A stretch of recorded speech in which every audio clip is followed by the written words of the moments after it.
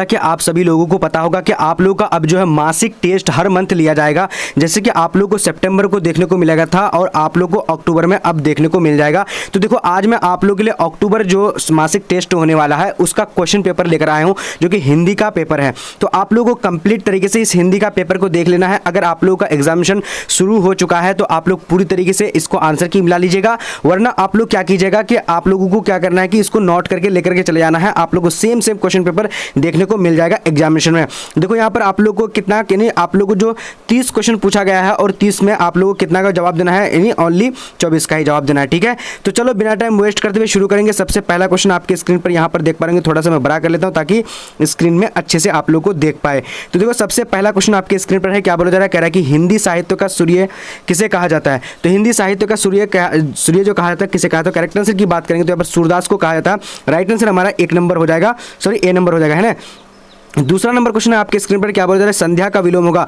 तो संध्या का विलोम क्या होगा, तो करेक्ट आंसर की बात करेंगे तो बी नंबर में क्या होगा, प्रातः। करेक्ट आंसर हमारा यहाँ पर सही हो जाएगा। चलो आप लोग नोट कर लो और जो भी एग्जाम देकर के आ चुके हो तो आप लोग जो है यहाँ पर मिला लो कि कितना आप लोग का सही हो रहा है। अगला देखो यहाँ पर आदान का विपरीतार्थक शब्द है। तो आदान का विपरीतार्थक शब्द क्या होगा, करेक्ट आंसर की बात करेंगे तो ए नंबर प्रदान। करेक्ट आंसर हमारा हो जाएगा। अगला देखेंगे, अगला हमारे पास क्वेश्चन क्या बोल रहा है, आंसू शब्द है। तो आंसू शब्द कौन सा हो जाएगा, तो 4 नंबर की बात करेंगे तो बी नंबर होगा। बी नंबर का तद्भव। करेक्ट आंसर हमारा बी हो जाएगा। ठीक है, चलो अगला देखिए क्या कह रहा है कि बीजक के रचयिता कौन है। तो बीजक के रचयिता कौन है, तो यहां पर हमारा 5 नंबर का राइट आंसर क्या होगा, B number Kabirdas. Correct answer B हो जाएगा। ठीक है, चलो अगला क्वेश्चन देखेंगे, क्या बोला जा रहा है, कह रहा है कि गोद में सोने वाला कहलाता है। तो गोद में सोने वाला क्या कहलाता है, तो यहाँ पर राइट आंसर की बात करेंगे तो 6 नंबर का हमारा क्या होगा, तो सी नंबर में क्या हो जाएगा, यानी आकांक्षाई। क्या होगा, आकांक्षाई। करेक्ट आंसर हमारा सी हो जाएगा। अगला देखेंगे, अगला क्वेश्चन हमारे पास क्या बोला जा रहा है, कह रहा है कि गुरु के समीप रहने वाला कहलाता है। तो गुरु के समीप रहने वाला क्या कहलाता है, तो करेक्ट आंसर की बात करेंगे तो हमारे यहाँ पर क्या होगा, सी नंबर में क्या होगा, यानी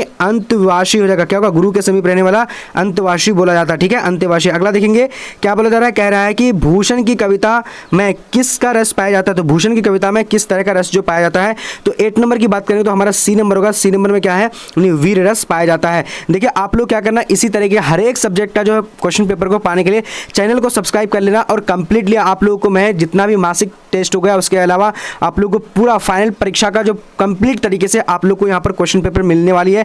जैसे देखो मैं आप लोगों को बता रहा हूँ कि अगर आप लोग क्वेश्चन किसी तरीके से आ जाएगी फाइनल का, अगर कॉपी वाला या फिर किसी तरीके से आए तो आप लोग को भी दे दूंगा, इसीलिए चैनल को सब्सक्राइब कर लेना।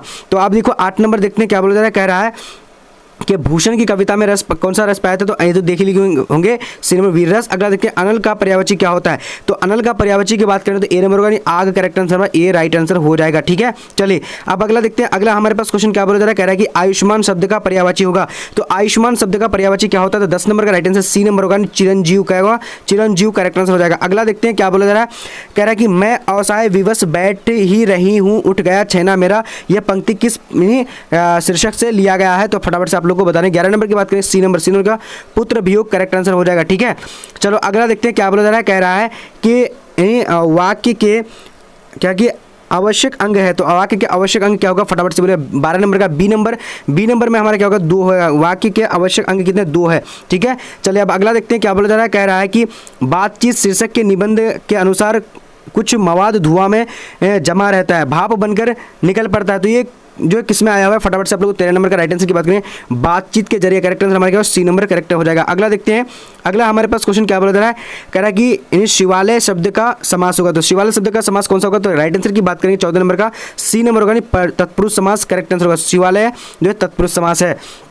अगला देखो क्या, तीर्थ यात्रा शब्द कौन सा मास है। तो यहाँ पर 15 की बात करें सी नंबर का तत्पुरुष। करेक्ट आंसर हमारा सी हो जाएगा। अगला देखेंगे क्या बोला जा रहा है, मालती किस कहानी की पात्रा है। तो मालती किस कहानी की पात्रा है, तो 16 नंबर का राइट आंसर बी नंबर, यानी रोज कहानी का पात्रा है। ठीक है, अगला देखेंगे क्या बोला जा रहा है, अंकुरित शब्द में प्रत्यय होगा। तो अंकुरित शब्द में कौन सा प्रत्यय होगा, राइट आंसर की बात करें सी नंबर क्या होगा, यहाँ पर सी नंबर हो जाएगा। ठीक है, अगला देखेंगे हमारा क्वेश्चन क्या बोला जा रहा है, यानी हास्यास्पद शब्द में पढ़ते हैं। तो हास्यास्पद में पढ़ते कौन सा होगा, तो 18 का करेक्ट आंसर हमारा डी नंबर होगा। डी नंबर क्या होगा, आस्पद। करेक्ट आंसर हो जाएगा। ठीक है, अगला देखेंगे क्या बोला जा रहा है, कह रहे कि ओ सदा निरा शीर्षक पाठ के विधा का अंतर्गत आता है। तो कौन आता है, तो राइट आंसर की बात करेंगे तो यहाँ पर 9 नंबर का हमारा ए नंबर का निबंध करेक्ट आंसर हो जाएगा।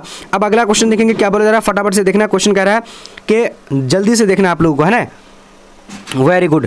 तो अब यहाँ पर ओसदाया शीर्षक पाठ जो है किस विधा के अंतर्गत आता है, तो ये देख ही चुके होंगे। 19 का ए नंबर होगा। अब यहाँ दूसरा नंबर, रोटी मत खाओ क्योंकि वह जली हुई है, वह सर्वनाम है। तो कौन सा सर्वनाम होगा, तो 20 नंबर की बात करते हैं तो सी नंबर। सी नंबर में क्या हो जाएगा, यानी निश्चयवाचक करेक्ट आंसर हो जाएगा। अगला देखते हैं क्या बोला जा रहा है, कह रहा है कि वह कौन है जो रो पड़ा है, किस सर्वनाम का उदाहरण है। तो 21 नंबर का करेक्ट आंसर की बात करेंगे तो बी नंबर यानी संबंधवाचक सर्वनाम हो जाएगा। अगला देखेंगे, अगला हमारे पास क्वेश्चन क्या बोला जा रहा है, फटाफट से आप लोगों को जवाब देना है। क्वेश्चन नंबर 22 है कि वसुंधरा, देखो यहाँ पर क्या बोला जा रहा है, फटाफट से आप लोगों को, वसुंधरा भोगी मानव और धर्मांध मानव एक ही सिक्के के दो पहलू है, यह जो है किसके द्वारा लिखी गई है। तो यहाँ पर 22 नंबर की बात करते हैं तो राइट आंसर क्या होगा, डी नंबर। डी नंबर क्या होगा, यानी जगदीश चंद्र माथुर करेक्ट आंसर हमारा हो जाएगा। चलो अगला देखिए, अगला हमारे पास क्वेश्चन क्या बोल रहा है, फटाफट से बोलिएगा। कह रहा है कि मोहन राकेश का बचपन का नाम, तो मोहन राकेश के बचपन का नाम क्या है। तो यहाँ पर हमारा राइट आंसर की बात करें 23 नंबर का ए नंबर। ए नंबर में क्या होगा, मदन मोहन गुगलानी करेक्ट आंसर हो जाएगा। अगला देखो क्या बोल रहा है, कह रहा है कि ओ सुदानिरा शीर्षक के निबंध में कितने ताल हैं। तो राइट आंसर की बात करते हैं तो राइट आंसर डी नंबर होगा, यानी गहरे और विशाल ताल करेक्ट आंसर हमारा डी राइट हो जाएगा। ठीक है, चलो अगला देखते हैं क्या बोल रहा है, अब तक वह सो गया मैं वाक्य, तो कौन सा वाक्य होगा, तो यहाँ पर आपको जवाब देना है। तो 25 का राइट आंसर क्या होगा, तो सी नंबर यानी संदेशवाचक करेक्ट आंसर, संदेशवाचक करेक्ट आंसर हो जाएगा। संदेश दिया जा रहा है। अगला देखो क्या बोला जा रहा है, कह रहा है कि चित्ररेखा किस कवि की रचना है। तो यहाँ पर हमारा 26 का राइट आंसर की बात करें ए नंबर। ए नंबर जायसी, मलिक मोहम्मद जायसी करेक्ट आंसर हो जाएगा। अगला देखते हैं क्या बोला जा रहा है, हिंदी साहित्य में गजानन माधव मुक्तिबोध का उदय कैसे यानी कवि के रूप में हुआ है। तो यहाँ पर 27 का राइट आंसर की बात करेंगे तो ए नंबर। ए नंबर क्या, प्रयोगवादी करेक्ट आंसर ए हो जाएगा। अगला देखेंगे क्वेश्चन क्या बोला जा रहा है, हाथ मैला होना मुहावरे का अर्थ है। तो हाथ मैला करना मुहावरे का अर्थ क्या होगा, तो यहाँ पर 28 का राइट आंसर सी नंबर होगा, नहीं क्या होगा, तुच्छ बोलना हो जाएगा। ठीक है, चलो अगला देखते क्या बोला जा रहा है, फटाफट से आप लोगों को देखना। कह रहा है कि तूती बोलना मुहावरे का अर्थ है। तो तूती बोलना मुहावरे का अर्थ क्या होगा, राइट आंसर यानी धाक जमाना करेक्ट आंसर हमारा क्या होगा, यानी बी नंबर हो जाएगा। अब अगला क्वेश्चन देखेंगे हमारे पास 30 नंबर क्वेश्चन, देखो फटाफट से जवाब देने की कोशिश करो। क्या बोला, ज्ञानेंद्रपति बिहार लोक सेवा आयोग द्वारा चयनित होकर किस पद पर पदस्थापित हुए थे।